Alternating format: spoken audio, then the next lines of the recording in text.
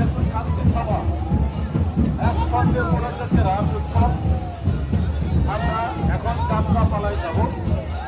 একটি ধর্মীয় এবং হরিচাঁদ ঠাকুরের যে দ্বাদশ পাগল ছিল, সেই দ্বাদশ পাগলের মধ্যে যে 6 পাগল তার সেই লীলা আজকে এই মঞ্চে মঞ্চস্থ হবে।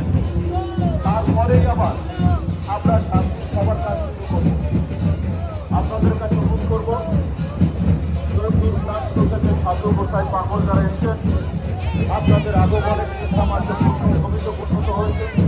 আপনাদের চরম নিয়ে অল ইন্ডিয়া মন্ত্র মহাসংঘ আরও একটি বছর বঞ্চিত হবে এবং এই মাত্র শক্তি হিসেবে বন্ধুরা এক ছিল, এক হাতে এক হাতে যত রকমই সাইড থেকে